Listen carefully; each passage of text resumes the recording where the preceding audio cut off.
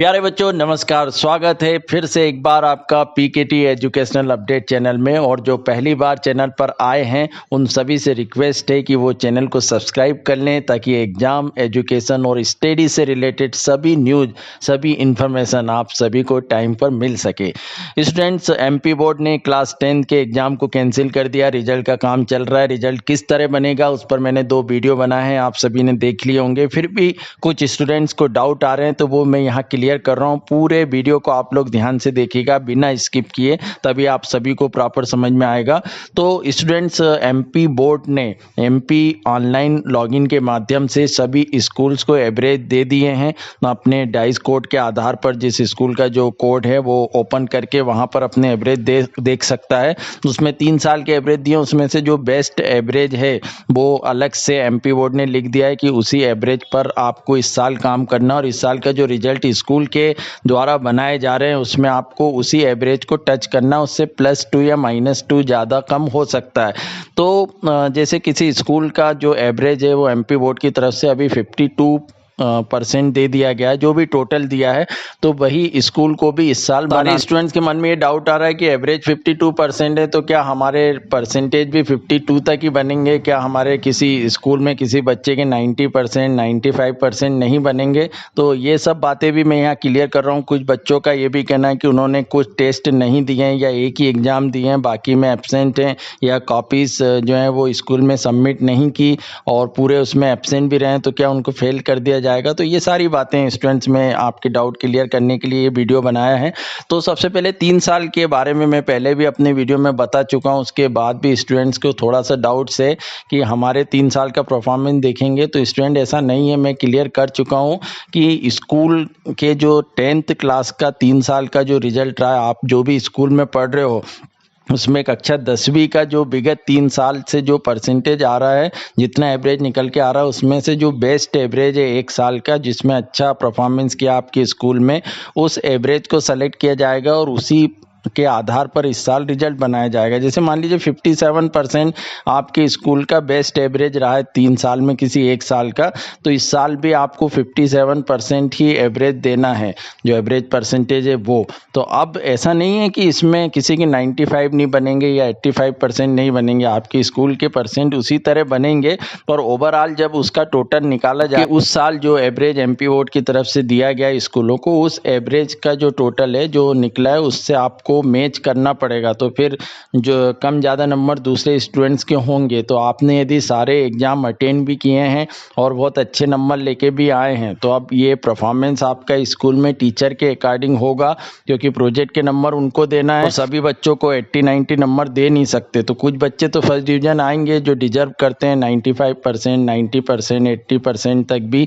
और 16-17 बच्चे या उससे ज़्यादा फर्स्ट डिवीज़न भी रह सकते हैं, 80 से ऊपर भी हो सकते हैं, पर बाकी बच्चे जो होंगे वो एवरेज मार्किंग उनकी रहेगी। सभी को इस तरह टोटल करना है कि जो टोटल नंबर आए स्कूल के सारे सब्जेक्ट के मिला के सभी स्टूडेंट्स के, वो उस साल के एवरेज को मैच करे जो एमपी बोर्ड ने दिया है। तो फर्स्ट भी आएगा, मेरिट भी आएगी आपके स्कूल की, जो फर्स्ट सेकंड रैंक भी निकलेगी, परंतु मेरिट लिस्ट एमपी बोर्ड की तरफ से इस साल नहीं दी जाएगी। अब बात आती है कि जिन बच्चों ने सारे टेस्ट दिए और बहुत अच्छे नंबर लेके आए, कुछ बच्चे जो पढ़ने में वीक रहे होंगे पर ओपन बुक से भी हाफ ईयरली या रिवीजन टेस्ट हुए तो उनके बहुत अच्छे नंबर आ गए, तो क्या उनके 90% बन जाएंगे? तो ऐसा नहीं है। ये स्कूल के टीचर्स के ऊपर है, जब एवरेज मार्किंग मैच करना रहेगी तो आपके नंबर कम ज़्यादा होंगे। तो अब वही बच्चे को आपने पूरे नंबर लेके भी आ गए, मान लो 100 में से आपके 90 भी आ गए, पर आप स्कूल में अच्छा परफॉर्मेंस नहीं करते हैं साल भर या 9th क्लास में, या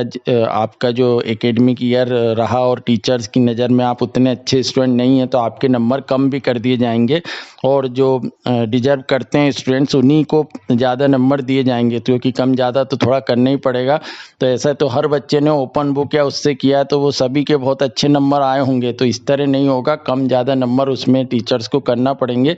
दूसरी बात ये स्टूडेंट्स की जिन्होंने कोई भी टेस्ट नहीं दिए या एक दिया दूसरा नहीं दिया है, तो उसको प्राइवेट स्कूल तो जहाँ तक है वो टेस्ट लेके किसी तरह कंडक्ट कर सकता है, उसको एडजस्ट कर ही लेगा। गवर्नमेंट स्कूल में तो ऑनलाइन सब स्टूडेंट्स की डिटेल्स रहती है, तो वो तो एब्सेंट है यदि बच्चा सभी टेस्ट में, अर्धवार्षिक परीक्षा में या यूनिट टेस्ट में, तो उसको फिर फेल करने के नियम है तो फेल किए जाएंगे। हालांकि ये नियम थोड़ा एमपी बोर्ड की तरफ से अभी गलत है, क्योंकि जब प्राइवेट स्टूडेंट्स को आप बिना किसी परफॉर्मेंस के भी 33% पे पास कर रहे हैं, तो फिर जो एब्सेंट रहा, इस बार स्कूल गया नहीं कोई स्टूडेंट साल भर, उसको पता भी नहीं था कि बाद में इस तरह कैलकुलेशन होगा, और कोविड-19 के कारण वो स्कूल नहीं आ पाया, तो उसको इस तरह फेल कर देना भी गलत है। तो हो सकता है इस नियम में बाद में बदलाव हो, परंतु अभी तो नियम यही बना। गवर्नमेंट स्कूल वाले स्टूडेंट्स को इसमें प्रॉब्लम आ सकती है, प्राइवेट स्कूल में तो एडजस्ट कर ही लेंगे। तो यदि आप 1-2 टेस्ट में एब्सेंट और आपने अर्धवार्षिक परीक्षा दी है, तो उसके नंबर और प्रोजेक्ट के नंबर स्कूल बढ़ाकर आपको ओवरऑल जो है वो 100 में से पास कर देगा। उसमें फिर कोई टेंशन नहीं है कि आपको सभी में प्रेजेंट रहना जरूरी है, आप किसी 2-3 में एब्सेंट भी हैं तो भी चलेगा, परंतु यदि सब में एब्सेंट है तो फेल करने का नियम भी है, उसमें बदलाव होगा, ये आगे हम देखते हैं। पर फिलहाल यदि आपने एक दिया है बाकी नहीं दिए हैं, तो स्कूल वाले प्रोजेक्ट के नंबर बढ़ा के आपको एडजस्ट कर लेंगे और पासिंग मार्क्स तक ले आएंगे, तो ये तो किया जा सकता है। बट चूंकि जो क्लास 10th है स्टूडेंट्स, बोर्ड क्लास होती है, तो बहुत से स्टूडेंट जो होते हैं हाफ ईयरली प्री बोर्ड में उतनी अच्छी तैयारी नहीं करते हैं, और बहुत से लोग उतने इंटरेस्ट से पेपर देते भी नहीं है हाफ ईयरली प्री बोर्ड या रिवीजन टेस्ट वगैरह के, वो एनुअल के लिए अच्छी तैयारी करते हैं। तो ऐसे स्टूडेंट के लिए थोड़ा सा नुकसान भी है, क्योंकि अब उन्होंने उस हिसाब से हाफ ईयरली प्री बोर्ड ये परीक्षाएं दी नहीं, उन्होंने सोचा कि हम सीधे एनुअल एग्जाम में अपना परफॉर्मेंस देंगे, तो फिर उनके लिए थोड़ा सा नुकसान है। उसके बाद बहुत से स्टूडेंट जो होते हैं 9 तक ठीक पढ़ते भी नहीं है, इसके बाद यहाँ रिवीजन टेस्ट इसमें भी अच्छा परफॉर्मेंस नहीं देते हैं, पर सीधे जब एनुअल एग्जाम आती है, मेन एग्जाम आती है, तो उसमें उनका परफॉर्मेंस अच्छा। बहुत से स्कूल में ऐसा भी होता है कि जो रैंकर्स होते हैं वो पीछे हो जाते हैं, जब बोर्ड क्लास का रिजल्ट आता है तो उसमें दूसरे बच्चे जो स्कूल में 3rd 4th 5th या 6th रैंक पे चलते हैं और वो लोग फर्स्ट आ जाते हैं, क्योंकि स्कूल में भाव हो सकता है कि चेहरा देखकर भी नंबर दिए जाते हैं। तो ये फर्क जो है वो बोर्ड क्लास में दिखाई नहीं देता, परंतु अब स्कूल को रिजल्ट बनाना है तो फिर से ये मैटर आ गया, तो कुछ बच्चों के साथ ये नुकसान हो सकता है उनके रिजल्ट को लेकर। पर अब मजबूरी भी है कि ऐसी सिचुएशन में और कोई तरीका है नहीं, ये सीबीएसई की तरफ से दिया गया तरीका है जिसको पूरे देश में सभी स्टेट फॉलो कर, तो अब इसके सिवा और कोई तरीका था नहीं कि स्टूडेंट्स को कैसे जज किया जाए और उनको किस तरह प्रमोट किया जाए, क्योंकि मार्कशीट में नंबर देना भी जरूरी है।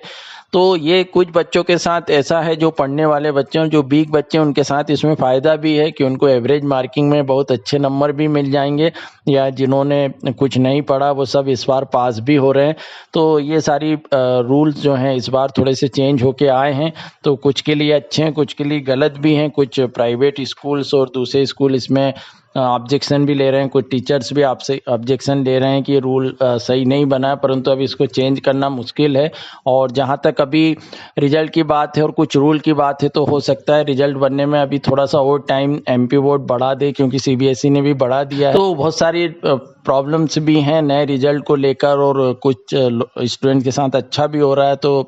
जो प्रॉफिट लॉस वाली बात तो रहेगी इस बार, पर अब कोई और तरीका था भी नहीं बोर्ड के पास इसके सिवा, क्योंकि एग्जाम कंडक्ट कराने के बाद कुछ स्टूडेंट तो उसको